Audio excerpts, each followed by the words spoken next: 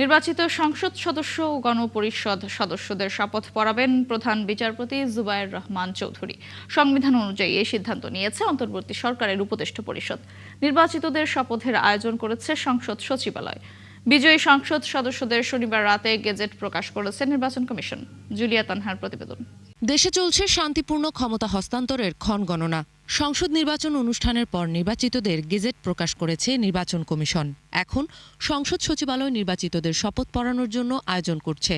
এই নির্বাচিতরাই সংবিধান সংস্কারের জন্য গণপরিষদের সদস্য হিসেবে আলাদাভাবে শপথ নেবেন। সরকারের সিদ্ধান্ত ও সংবিধান অনুযায়ী রাষ্ট্রপতির মনোনীত ব্যক্তি হিসেবে প্রধান বিচারপতি জুবায়ের রহমান চৌধুরী নির্বাচিতদের শপথ পড়াবেন। প্রথমবার সংসদ সদস্য হিসেবে ও দ্বিতীয়বার গণপরিষদ সদস্য হিসেবে শপথ নিতে হবে। স্পিকার পদত্যাগ ও ডেপুটি স্পিকার কারাগারে থাকায় প্রধান বিচারপতি শপথ পড়াচ্ছেন। বাংলাদেশে এই প্রথম বার্জার 1 কোটি মালসেন, 1 কোটে পারফেকশন। শপথ পড়ানোর জন্য নির্বাচিতদের চিঠি পাঠানো হচ্ছে।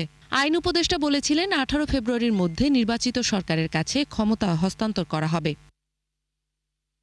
এমপিদের শপথ গ্রহণের পরপরই রাষ্ট্রপতি সংখ্যাগরিষ্ঠ আসন পাওয়া দলের নেতাকে সরকার গঠনের জন্য আহ্বান জানাবেন।